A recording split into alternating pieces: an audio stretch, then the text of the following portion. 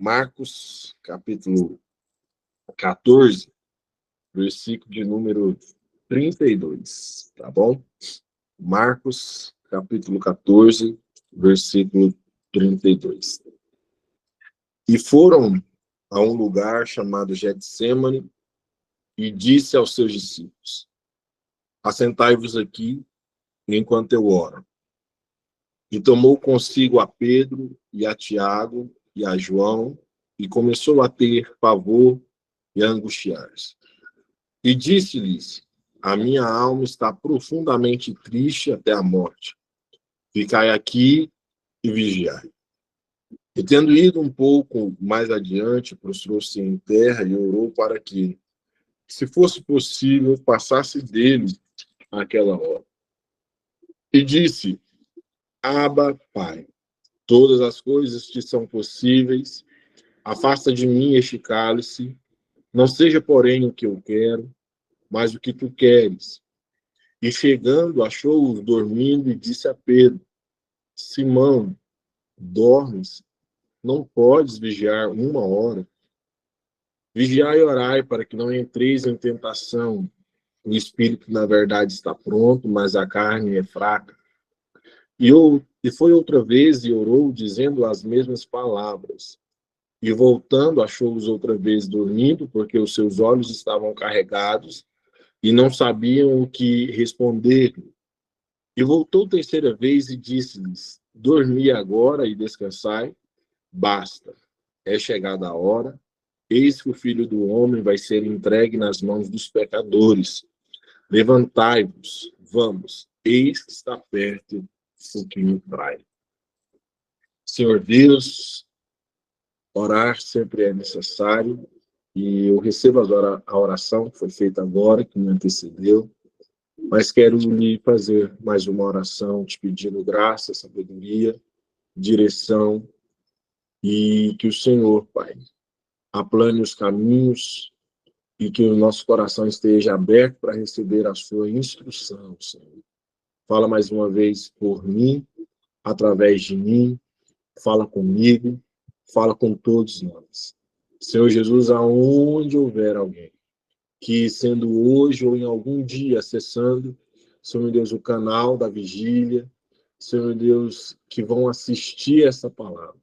Pai, que é a palavra que hoje vai ser liberada, no momento que cada um deles assistirem, ouvirem, Senhor meu Deus, tem o mesmo efeito, a mesma virtude, o mesmo poder, a mesma graça os alcance, e que haja cura, libertação, e que o seu poder seja manifesto. Senhor, cumpre o teu querer, a tua vontade, assim é a minha oração, em nome de Jesus. Amém. Queridos, o texto que a gente está aqui hoje, ele é, de fato, um texto clássico, muito conhecido, e eu tenho certeza que todos nós já ouvimos alguém ministrar a respeito desse texto. E esse texto vem falando comigo há alguns dias, e hoje, orando ao Senhor, pedindo ao Senhor uma confirmação, uma direção para o que compartilhar, esse texto me saltou mais uma vez aos olhos e eu acredito que Deus quer falar conosco. Até à tarde eu estava pensando, mas se você puder ir, dentro aí de um minutinho, se você tiver alguém, se você compreender aí que hoje pode ser uma noite de mudança para muitas pessoas, rapidinho aí, 30 segundos, posta lá no seu status, seja no Instagram, que seja no seu WhatsApp, para que mais pessoas ouçam essa palavra, sejam alcançadas. Não, irmão, não se trata de visualização, de ser visto, mas é porque eu acredito que hoje Deus também tem algo para entregar a nós. E as pessoas que hoje vão ouvir essa palavra poderão ser alcançadas e transformadas. Então, se você puder, rapidinho aí, você não vai ter que se desconectar, nada disso. Posta lá no status e diz, ó, tá ao vivo, Deus tem uma palavra para você, isso pode mudar a vida de alguém. Queridos, nesse texto, quanto a Jesus ir para o Getsemane, nós sabemos que o que antecede isso é a ceia. E o que me chama a atenção é que nessa ceia, o Senhor está com os seus discípulos, e estando com os seus discípulos, eles começam a tratar, conversar, ser instruídos a respeito do reino. É bem verdade que a gente percebe que tudo que vai ocorrer ocorre numa sequência muito linda e significativa. A gente percebe que Jesus está na casa de Simão o leproso, e na casa de Simão o leproso, os discípulos estão indagando o ato de adoração de uma mulher que quebra o vaso de alabastro e derrama, despeja sobre a cabeça de Jesus. Sobre a cabeça de Jesus é derramado um perfume muito caro, e Jesus diz que, olha, na verdade, essa mulher está me preparando, né? Essa mulher aí está fazendo um ato de adoração, mas está me preparando para aquilo que já está prenunciado, para aquilo que vai acontecer. A questão do questionamento dos discípulos, aonde eles falam que poderiam dar aos pobres, na verdade, não se trata de uma benevolência, mas se trata de questionar aquele que vai adiante ou diante da presença do Mestre, de Jesus, e decide adorar. Tem 12 discípulos que estão andando com Jesus, quase 3 anos, ou na verdade mais de 3 anos já, e eles ainda não entendem que diante de Jesus o que nós precisamos fazer é adorá-lo. Uma vez que eles questionam o ato de adoração desta mulher, a gente percebe que Jesus não a repreende, mas, na verdade, dá notoriedade para o ato dela. Porque toda pessoa que se propõe a adorar Jesus, o seu ato de adoração, o seu ato de serviço nunca será em vão. Jesus sempre vai se movimentar na direção de quem está o vendo e decide adorar. E eu percebo já nesse texto que, de verdade, haverá pessoas que estarão diante da presença de Jesus, mas será indiferente a presença dele. Mas há pessoas que, vendo, não terão outra maneira a não ser adorá-lo, para reconhecê-lo como aquele que fez algo em sua vida. Jesus, alguns evangelistas dizem, após esse fato, que ele desce para a casa de outra pessoa, mas eu acredito que é no mesmo local, que eles estão ali conversando, e na mesa está Jesus e os 12 discípulos. Na conversa que eles estão tendo, o que acontece é que eles não percebem que Jesus já foi ungido e preparado para aquilo que ele havia de fazer. A conversa vai tomando um outro rumo. E neste rumo que essa conversa vai tomando, Jesus está dizendo, olha, eu não vou tomar mais desse fruto da vide até que nós estejamos naquele grande dia. Jesus está falando que ele não estará mais no meio deles, mas a conversa deles é a respeito dele.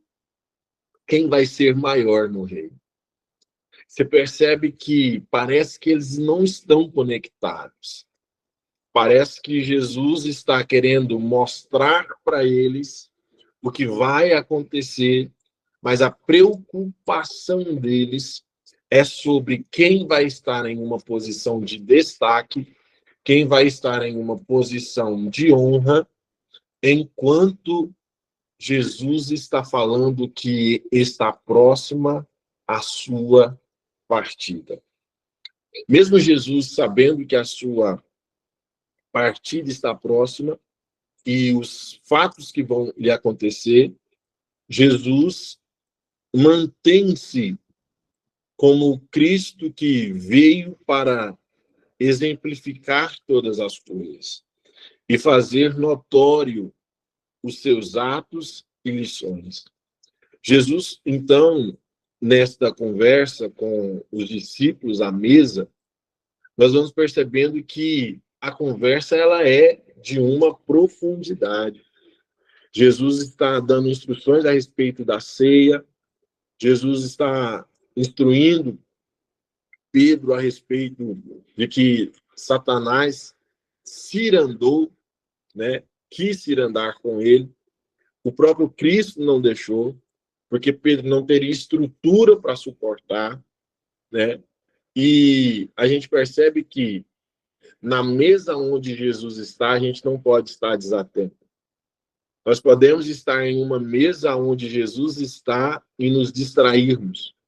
Nós podemos estar sentados na mesa, na presença do Mestre e nos distrairmos. A tal ponto que essa distração faça com que o próprio diabo sente na mesa e a gente não perceba que ele está sendo alguém que está se infiltrando. E Dequel, como assim? Quando você olha para João, capítulo número 13, se eu não me engano, versículo 27, a gente percebe que Jesus está dizendo, olha, o traidor está na mesa. O traidor vai meter a mão comigo no bocado molhado. E a Bíblia vai dizer lá em João 13 que imediatamente após ele colocar a mão no bocado molhado, o diabo entrou em Judas. Então a gente percebe que tem conversas que nós podemos estar tendo aonde Jesus está na mesa e nós não percebemos a infiltração de Satanás. Há uma distração sobre nós, de forma que, muitas das vezes, nós não percebemos a ação de Satanás se infiltrando na mesa aonde Jesus e os discípulos estão. Mas o próprio Cristo não perde o controle. Quem está distraído é os discípulos. Jesus está atento. Quem está distraído são aqueles que andaram com Jesus, mas ainda não tinham aprendido de fato o que Jesus estava os ensinando. Então você percebe que nos momentos que antecede a ida de Jesus para o Getsêmani, Jesus não perde o controle. Porque ele está na mesa, os discípulos não estão atentos, o inimigo se infiltra, mas aí Jesus diz assim, ó, o que você tem que fazer, vai logo e faça. Agora, fica os 11, fica Jesus, Jesus despede 8 e 3. Ele chama para ir para o Getsêmani. Ele chama Pedro, ele chama Tiago, ele chama João. Os 3 vão com ele para o Getsêmani. E Jesus vai indo em direção a um lugar aonde só quem ia eram pessoas que entendiam que logo adiante, no porvir, viria uma grande luta, porque se separar para orar, se separar para subir monte, não são pessoas que estão vivendo no natural. Pessoas que sobem monte, que se separam, é porque sabe do embate que está por vir. E Jesus sabia o que estava por vir. E uma vez que ele sabia o que estava por vir, ele chama amigos para ir com ele orar. Aqui eu gostaria de começar a destrinchar algumas coisas para nós. Nós somos rodeados de amigos. Talvez você tenha aí várias pessoas à sua volta. Mas eu gostaria de saber quais são os seus amigos que você pode acionar quando se trata de oração. Quando se trata de ser prensado, quem são as pessoas que você leva para um lugar de intimidade? Aonde, mesmo que eles estejam um pouco distante, porque Jesus disse: ficai-vos aqui enquanto eu vou orar, e ele afastou-se em uma distância de um tiro de pedra, aproximadamente 80, 100 metros. Mas Jesus, ao orar, o Pedro, Tiago e João ficam uma distância. Mas só que aqui tem um pormenor. Qual é? Eles dormem. E aí eu vou falar duas coisas a respeito disso. Mas a primeira coisa que eu quero dizer para você é: Pedro, Tiago e João, dormiram ou não dormiram? Dormiram.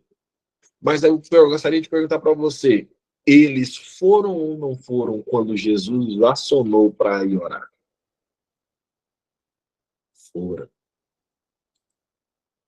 E aí a gente precisa perceber o seguinte: a gente às vezes está muito rodeado de amigo que é bom para picanha, que a gente gosta, é bom a gente chamar o amigo que é para a gente bater um papo, conversar, mas está na hora de nós selecionarmos amigos que também vão para o campo de batalha conosco. Quando a prova vier, quando as circunstâncias apertarem, é necessário que nós tenhamos com quem contar. Ai, Dequel, mas dormiu, não tem problema, mas são amigos de oração. Ai, Dequel, mas não conseguiram permanecer orando, mas foram. Porque aqui eu tenho uma explicação pessoal, certo? Uma explicação pessoal, não vou afirmar, mas eu acredito que o que fez Pedro, Tiago e João dormir era o peso da luta e da prova da dimensão espiritual que cercava e estava sobre Jesus. Era tão pesada a atmosfera que estava sobre Jesus, o próprio Jesus começou a suar gotas de sangue. Era tão denso as trevas que estavam sobre aquele lugar onde Jesus estava, que Pedro, Tiago e João foram capazes de ir para orar, mas não estavam preparados para o embate espiritual. Então, quando você também for chamar amigos para orar, prepare-os para o embate espiritual. A Bíblia diz que Jesus foi para o Getsêmani e foi para orar. E perceba que ele chamou pessoas, amigas próximas, para um lugar de intimidade. E aí há uma preocupação que o Espírito de Deus colocou no meu coração quanto a isso. Por quê, Glauber? Porque o lugar de intimidade, ele não é para todos. Tinham 12 que andavam com Jesus, mas o lugar, quem tinha acesso para a intimidade, eram 3. Aqui eu percebo que a gente não deve abrir o coração para todas as pessoas. Nós devemos selecionar. Há guerras que o Glauber não vai poder contar para mim, mas ele pode contar para o Damião pelo grau de intimidade. Há pessoas que eles vão até participar do processo de algumas lutas, mas não participarão de todas elas. Algumas pessoas que você olha, lamenta porque não está com você. Mas perceba, é Deus te mostrando que elas não estão preparadas para esse acesso de intimidade. Você pode dizer glória a Deus por isso? Diga glória a Deus, porque há algumas pessoas que, se elas soubessem a prova que você está passando, elas não teriam estrutura para suportar. Algumas poderiam entender mal, algumas poderiam retroceder, parar, não entender, mas essas que estão com você nessa luta é porque Deus separou a dedo para guerrear com você. Glória a Deus. Meu irmão, entenda, No Getsemane, talvez não é lugar para Tomé, não é lugar para Natanael, não é lugar para Felipe, mas é lugar de acesso para Pedro, Tiago e João. Ei, irmão, separe quem são os Pedros, os Tiagos, os Joãos da sua vida. O acesso ao lugar secreto não é para todos, são para poucos. A gente percebe que a segunda lição é que Jesus, ele está tão sobrecarregado que há uma tristeza profunda na sua alma. E aqui revela que se Cristo sentiu tristeza, há dias que nós podemos nos entristecer, mas quando você estiver triste, ore. Quando você estiver em provas, ore. Quando você estiver com pessoas à sua volta, ore. Jesus ensina-nos que o Getsemane é lugar de afinar, perceba, afinar o nosso discernimento. Talvez você vai para o Getsemane a favor assim, ó, de descarregar tudo, mas aí o Espírito Santo diz assim, opa, você veio com as suas vontades até aqui no Getsemane. Mas no Getsemane eu vou te mostrar qual é a minha vontade. Não é a sua, é a minha. Talvez a sua vontade é fazer a mala, mudar da cidade, ir para outro canto, recomeçar. Aí Jesus está dizendo, calma.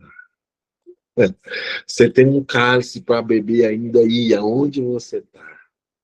E eu não vou mudar ou tirar uma gota desse cálice. Você vai experimentar ele. Mas está doendo, é difícil, está me fazendo ir num nível de exaustão máxima. E aqui eu falo a respeito das gotas de sangue que Jesus suou, exaustão, pressão. A pressão às vezes está aumentando. Ei, irmão, continue crendo, continue orando. A oração não muda Deus, a oração muda você. A oração não muda Deus. E nem faz ele se tornar um mordomo para nós. Mas faz com que o nosso coração alinhe-se ao dele. Cristo foi no Getsemane angustiado, a ponto de dizer, Pai, se possível, passa. Se possível, não deixa eu beber, não. Mas quanto mais se ora, mais o discernimento se apura. Oh, glória a Deus. Quanto mais se ora, mais discernimento a gente tem. Aí eu acredito que o Espírito de Deus, agindo no Cristo, começou a fazer Cristo discernir. Eu tenho uma missão. E essa missão você precisa ir até o fim. Por que eu preciso ir até o fim? Por que eu não posso deixar com que passe esse cálice? Por que eu tenho que beber até a última gota? É porque se você beber toda ou derramar todas as gotas de sangue possíveis, haverá salvação no Macau, haverá salvação em Petrolina, haverá salvação em Goiás, haverá salvação em São Paulo, haverá salvação em toda a terra, porque todo aquele que nele crê será salvo. Então Jesus diz, oh Pai, não seja como eu quero, seja como o Senhor quer. Se eu tenho que derramar toda gota, eu vou derramar toda gota de sangue na cruz do Calvário, porque eu quero fazer de todo esse povo uma família, uma unidade, um conosco. Assim como eu sou com o Senhor, eu quero que eles sejam um, como o Pai e eu sou, como o Espírito e o Cristo e o Pai são. Irmão, essa prova não é para te matar. Deus vai te experimentar, vai te moer, como Ele tem feito comigo, irmão. Que prova, às vezes eu fico, né, conversando com o Glauber, que prova é essa? Mas é Jesus dizendo, eu vou te levar ao ponto máximo. Getsemane é ponto máximo da prova. Mas, irmão, ô irmão, presta atenção. O Getsemane é um dos pontos do processo que Deus tem para melhoria e ampliação da sua visão para um propósito eterno. Enquanto a sua visão for micro, você vai querer desistir. Mas quando a sua visão for macro, você diz, vai valer, vai valer. Vai valer a pena. Até vou deixar com que Judas... Gente, isso aqui também é sério. Meu pai, amado, eu estou em uma direção e a gente vai lembrando aqui. Então, Albert, perceba uma coisa. E perceba você também. Eu estou falando que o seu discernimento vai ser apurado. Getsemane vai fazer com que o seu discernimento seja apurado. Para que você perceba o seguinte. Meu Deus. Há uma presença de Deus sobre nós, gente. Eu sinto aqui a presença dele. Gente, perceba o seguinte. Olha só. Jesus encontra Pedro, Tiago e João dormindo por 3 vezes. Já expliquei meu pensamento a respeito do porquê eles dormem. Mas perceba uma coisa. Judas sai e vai imediatamente até os principais. Define o preço de Cristo. E aí, sabe o que me choca? É que o traidor sabe como acessar o lugar da intimidade. Ele sabe o caminho. Não sei se o Marcos está online ainda aí, mas Marcos, ele sabe o caminho, Marcos. Meu Deus, Alexandre, ele sabe qual é o caminho. Pastor Antônio, o traidor sabe como acessar, mas só não acessa da maneira certa. Mas Cristo, mesmo sabendo que o traidor sabe o caminho da intimidade, não muda a postura. Quem muda é Judas. Mas quem não muda é Cristo. E aí Judas o beija e Jesus diz, amém. Jesus mostra que a oração afina o nosso discernimento, a ponto de que você sabe o que o traidor está fazendo. E a oração discerne tanto que faz com que a gente antecipe as provas e lutas que estão vindo sobre nós. Jesus orava e ele sempre sabia o que estava para acontecer. Assim, eu quero declarar, profetizar sobre a sua vida. Se você dedicar-se à oração, Deus vai revelar a você as coisas que estão vindo ao seu encontro, de forma que você vai poder se preparar para os embates e sairá sempre, como Paulo disse, mais do que vencedor em Cristo Jesus. Queridos, eu acho que o meu tempo já está estourando, né? Mas eu percebo que o Getsemane é uma fase que a gente precisa passar. Jesus passou por ela, e se ele não passa, não tem como ele restaurar Pedro, e é por isso que você está passando por esse processo, que você vai ser um agente restaurador de pessoas. Se prepare, porque Deus vai colocar pessoas próximas a você. Talvez não terão nada para lhe oferecer, mas você será a mão de Deus para aquela pessoa. Você vai ser a resposta para aquela pessoa, porque Deus vai usar para restaurar pessoas. Deus vai te usar para restaurar ministérios. E eu quero ir mais adiante. Deus, nessa noite, talvez queira restaurar ministério, pessoas que ouvem essa palavra. Deus quer restaurar você como ele restaurou Pedro. Judas o beijou, o entregou e logo foi e enforcou-se. Pedro, de longe, já começou a acompanhar Jesus pós o Getsemane. Traiu Jesus, mas só que Pedro não deixou de seguir Jesus mesmo de longe, até que Jesus um dia, após a sua morte e ressurreição, deixa eu encontrar Pedro.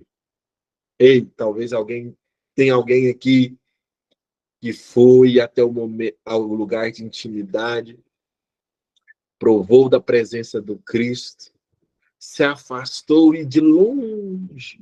E esse de longe aqui talvez serve para algumas pessoas que até tá aqui, Glauber, todos os dias. Constante, volta e meia aparece aqui.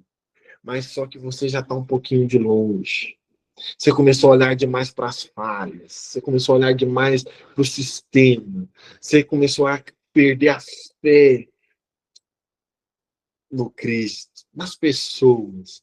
Mas aí Jesus está me trazendo aqui nessa noite para te dizer a restauração para você.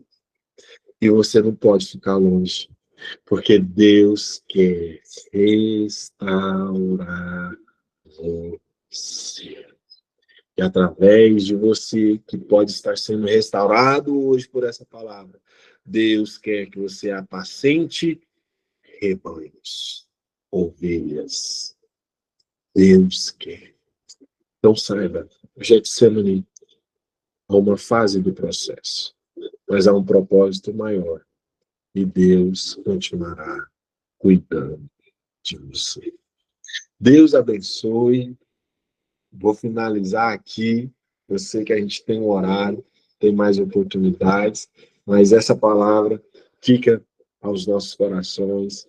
Você compartilhe com alguém e saiba, Getsemane é um processo, uma fase do processo, onde Deus revela quem são os amigos, mesmo que eles se adormeçam. Seja grato. Tem pessoas que estão orando com você. Segundo, Deus vai apurar o seu discernimento.